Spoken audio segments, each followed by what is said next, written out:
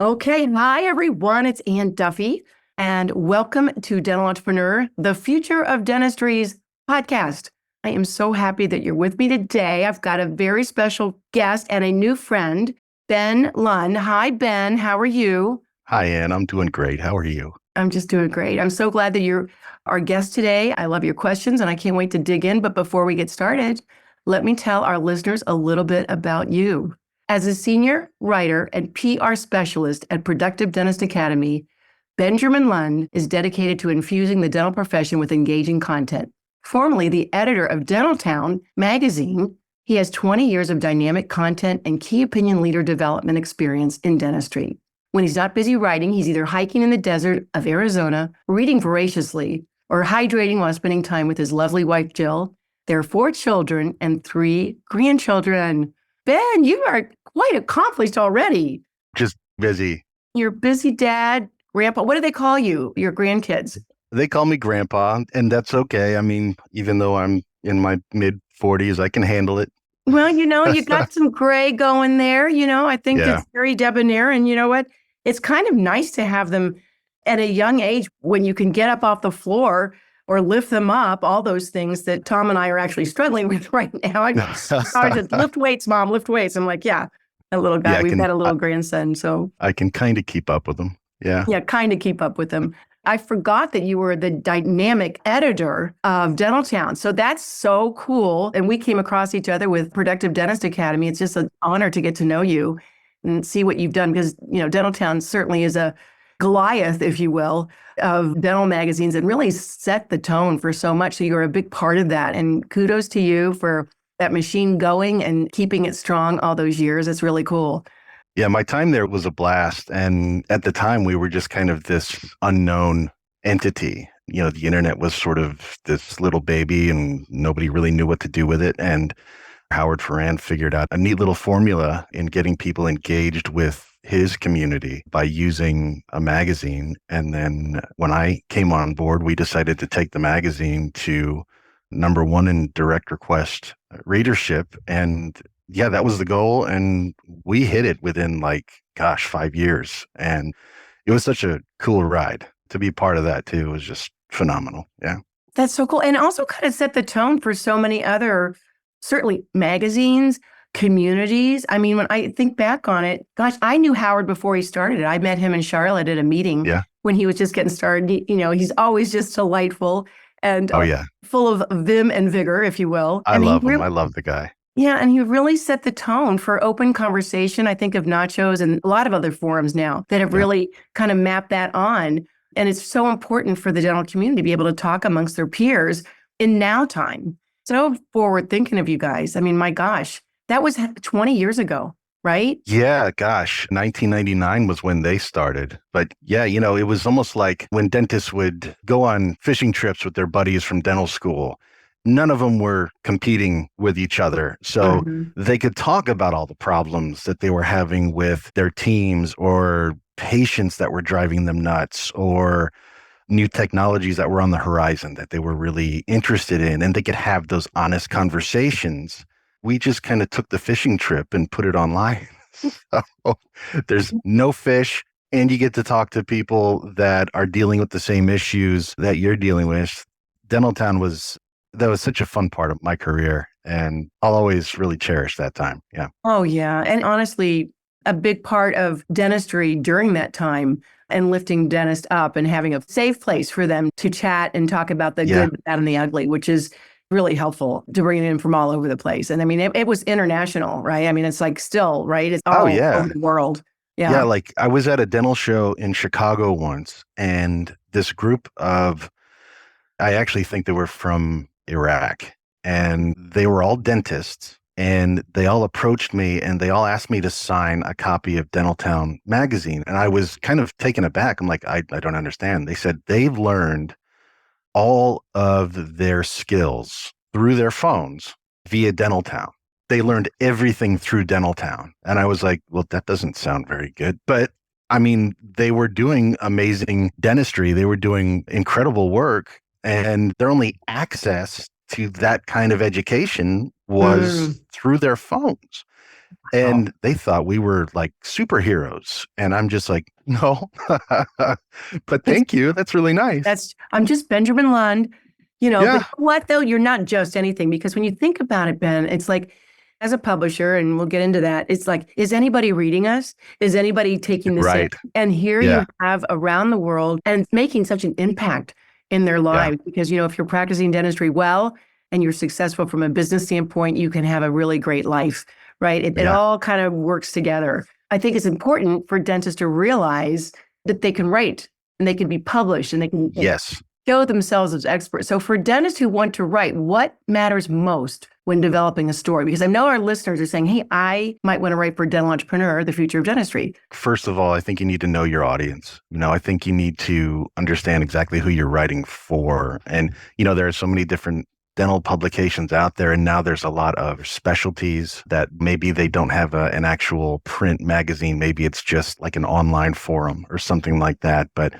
knowing your audience and really kind of tailoring your stories that resonate with that specific audience to make sure that your content is relevant, of course. But, storytelling, that's what everything's about. Everything's about storytelling. I mean, that's almost the only reason why anybody does anything anymore is to tell a story about it. And in order to do so, you really need to make that emotional connection. Mhm. Facts and statistics, all of that, that's one thing. And that can support a really good story, but you got to hit somebody in the heart. Stories that evoke humor, empathy, or anything that can inspire, especially in dentistry, where everybody feels alone in dentistry. If your story can inspire or get somebody to change their mind about something, that's where the real connections, that's where they're truly made.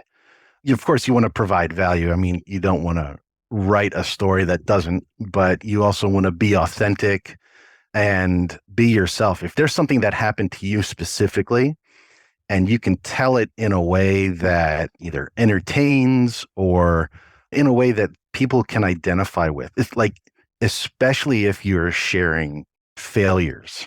I'm actually working with one of our dentists right now. I don't want to say her name because I don't want to embarrass her or anything, but she's putting together this really cool article about her, I don't want to say failures as a boss, but she really had a lot of struggles. And she's putting together this really interesting article about it. And she's talking about the revelation that she's had and how she's made a change in how she manages her team. It's awesome. And I think even if just one person reads this and they realize kind of what they're doing and how they manage their teams and that they can change, if it just changes one person, I think it's worth writing for sure. Stories actually are what make people want to read something too, right? I Exactly. mean, it's not just like we want to tell our story, but I think as far as, our job as publishers and editors is to give them something they want to read, but then also, to your point, have some takeaways that they can implement into their own life to make their own life better. But like when you're talking, okay, so for instance, this particular dentist, how do you approach that to get them to get into the story? Do you have a Zoom call with them? How do you like to start something off like that? My favorite 8 words, I think it's 8 words, is Ben, I have an idea for an article. It really depends on how comfortable they are. If they want to do something via email, I'm happy to work with them via email. A lot of times I like jumping on a Zoom call and just kind of reading things with Yeah. them. If they have an idea that we can flesh out and we can kind of put it together the way it needs to in order to get the point across and, like I said, really hit them emotionally as well, I'm happy to do that. A lot of times they'll have something written and Mhm. I'm happy to actually read through it and revise it for them. And I try to keep it in their voice, which it's very helpful to have that Zoom call just Mhm. so I can capture who they are, their cadence when they're speaking, maybe some phrases that they've used a couple times that maybe somebody else doesn't. And I want to make sure that I'm getting their voice properly. So Zoom calls are great. It really depends on how comfortable the writer is. I'm so flexible, it doesn't matter. Yeah, so you've got the experience. I love having a Zoom call because so often, and I don't know, you probably find the same thing, is that after the Zoom call, when I receive a story, because in our publication, we ask our authors to write their story, is almost verbatim what we talked about in the Yeah. Zoom call. Sometimes you can just flesh it out during the call and go a little deeper, and you bring up some things that maybe they hadn't thought about. But I just love getting an article after that. But that's cool. What's your background though, Ben? Because, my background's a dental hygienist. So I was just curious, Sure. what is your background? I graduated from Marquette University with a degree in communication. They actually stopped providing a journalism degree like 2 years before I graduated, which really kind of ticked me off. Yeah. So I've got this piece of paper that says communication, but I spent my entire 4 years at the Marquette Tribune office. That's probably where I got most of my education. Wow. Spent a lot of time with the school paper, and then I did some freelancing for some local communities like the East Troy News out in the middle of nowhere in Wisconsin.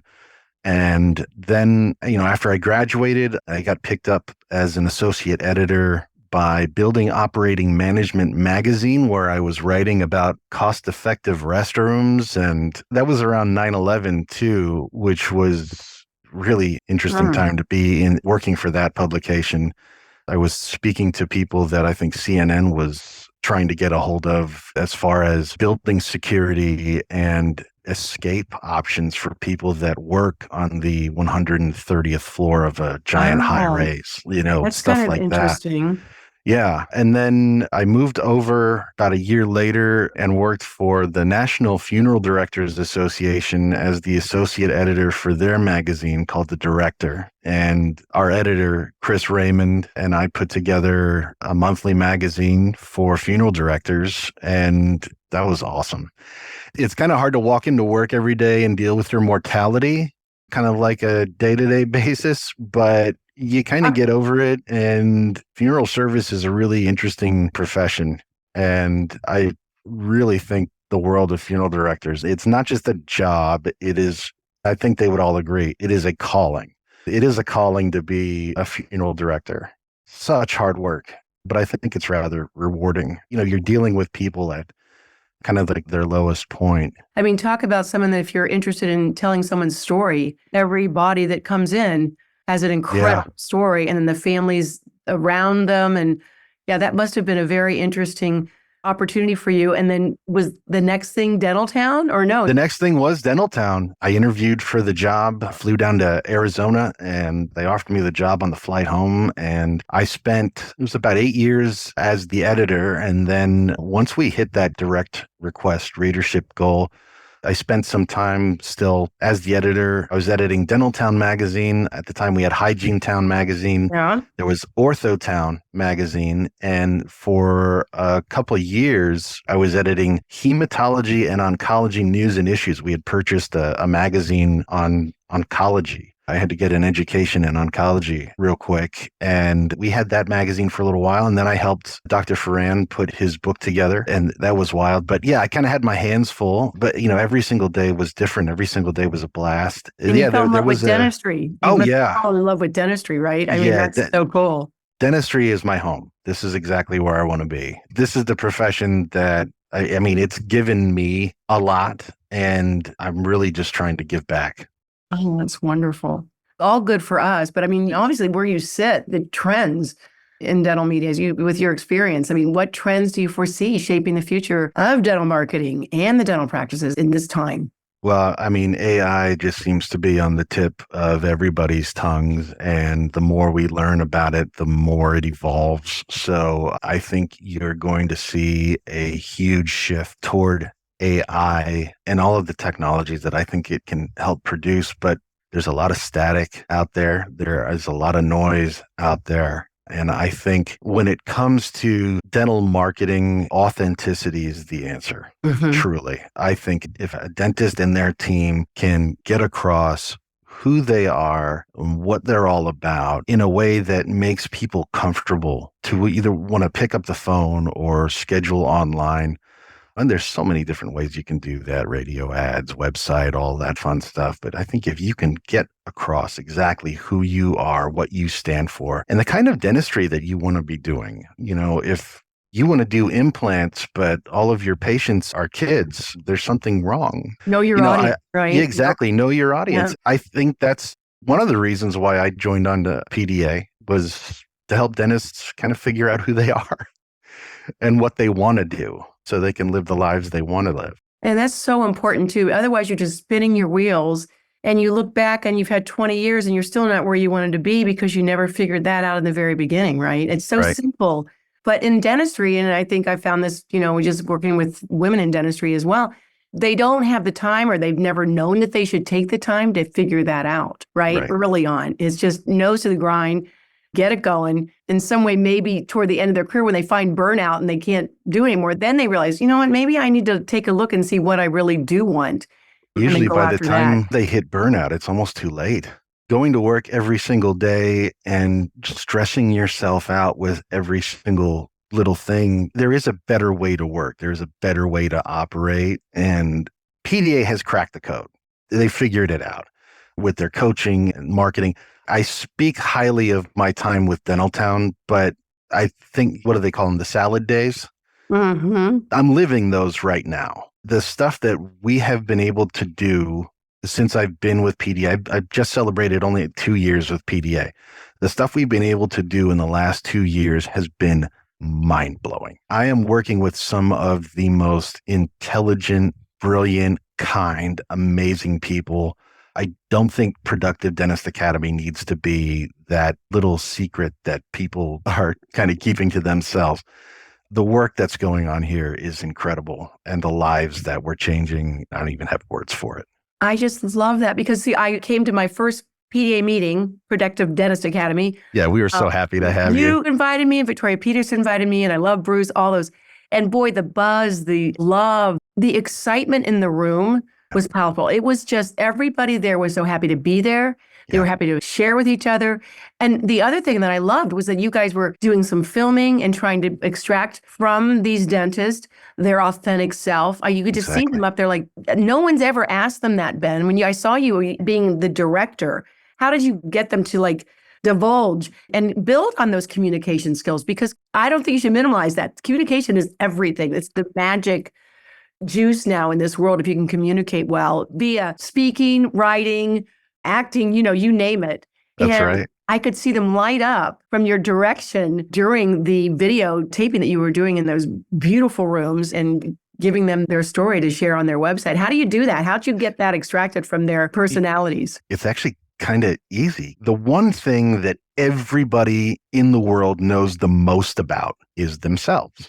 If you can get somebody talking about themselves by asking direct questions, and there's a way to ask these questions, of course, but you don't want to just like hit them hard, like, hard hitting journalists or anything like that. You want them to be comfortable. Back when I was working for the Marquette Tribune and the Milwaukee Journal Sentinel and everything, I was interviewing rock and roll bands. My line of questioning was juvenile because I was a 19-year-old idiot.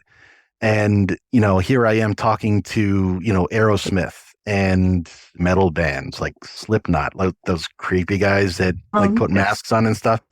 And one of the percussionists from Slipknot pulled me aside and he told me to relax. He was just like, just make us look cool, man. And for the last 20, 25 years, that's been my job, is making sure that I'm making people look cool. That's all I want to do. I want everybody to be as authentic as possible. And it doesn't matter what people think of themselves.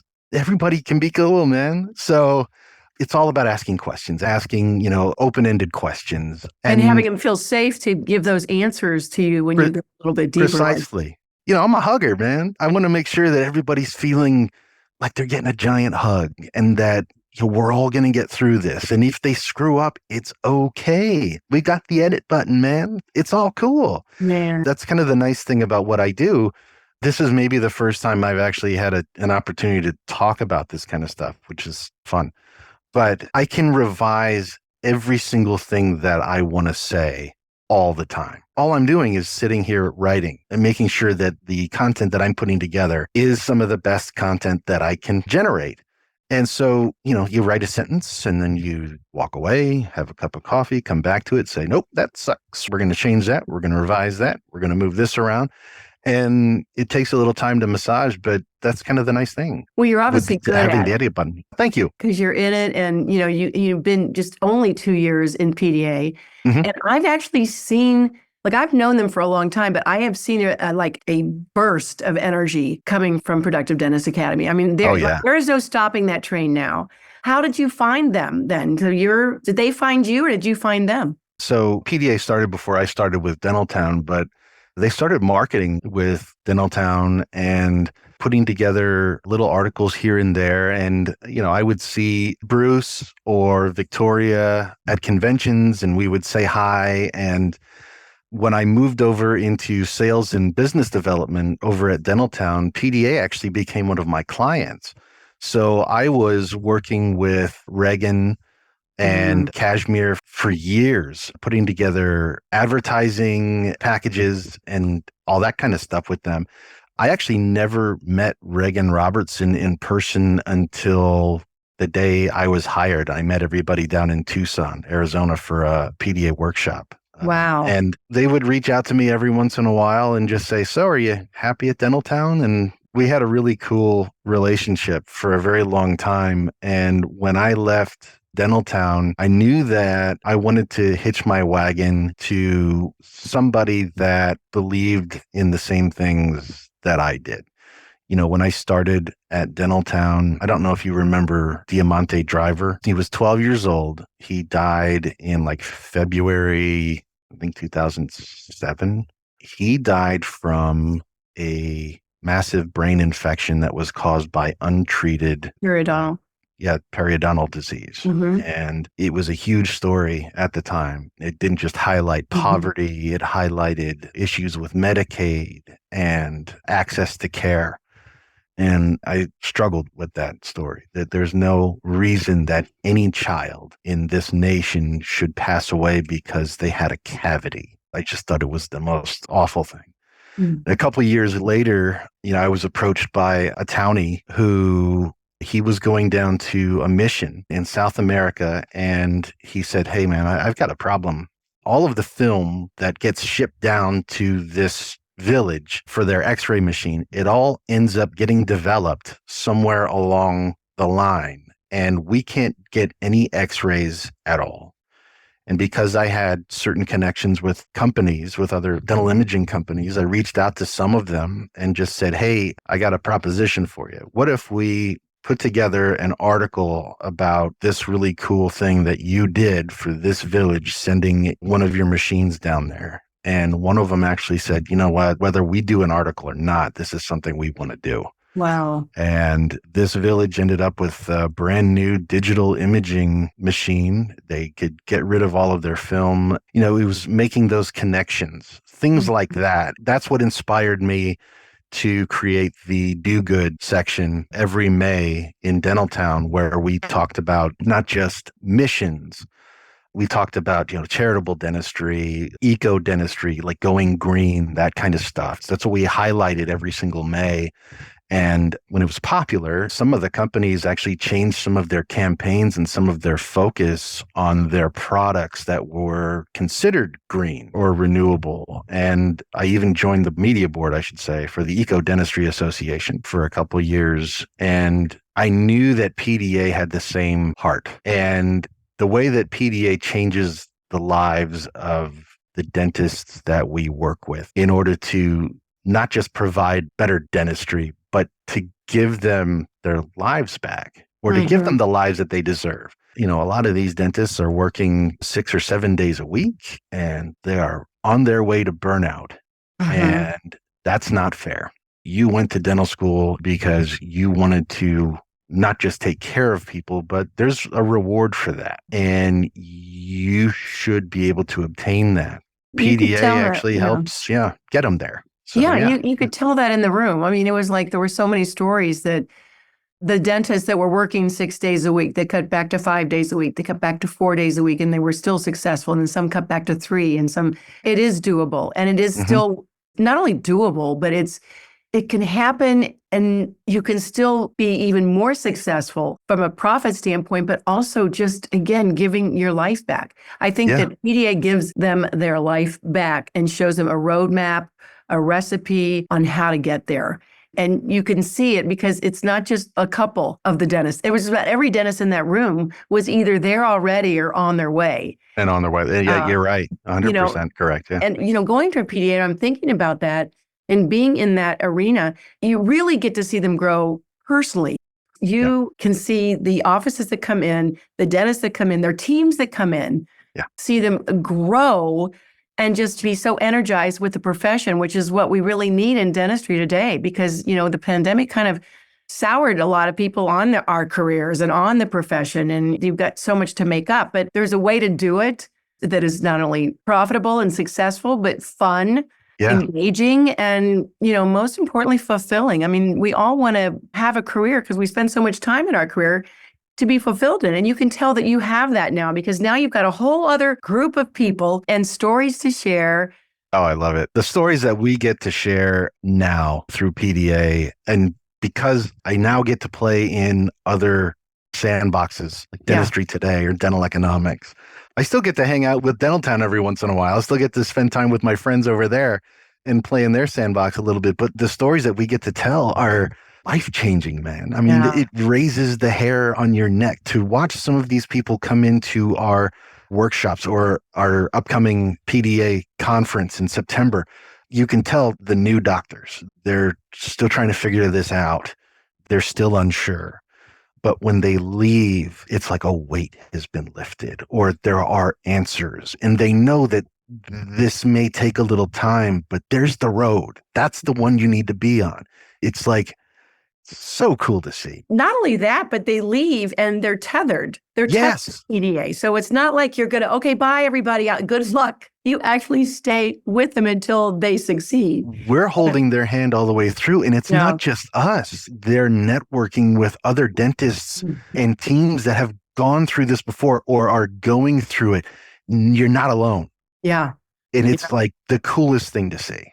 And one of the keynotes from Maggie Augustin, Dr. Maggie Augustin, was like, look, if I can do it, you can do it. And it was true. And it didn't take her long. Again, if you have people that have your back, that have your best interest at heart. And, that's what love is, willing good for others.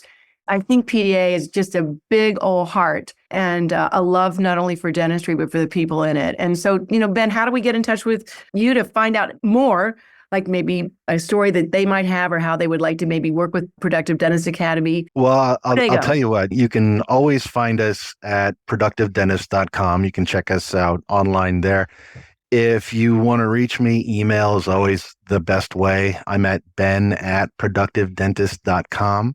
I'm also on LinkedIn. If you want to send me a message on there, you can find me at, I don't even know what the address is, but Benjamin Lund. Just look for a goofy bearded guy. A good-looking guy that's, that's got a lot of energy and a beautiful smile. That's right. Well, thank you. Thank you. Yeah, but yeah, I'm happy to talk to anybody who says, hey, Ben, I've got an idea for an article. There you go. 8 words. All right. Wonderful. Well, thank you so much for being with me today. I learned a lot about you today, so that's why I love this time together. And for all of you out there that are listening to us, remember the most important thing to do is to keep doing you. Thanks, everybody. Have a great day, and we'll see you next time. Bye. See you, Ben.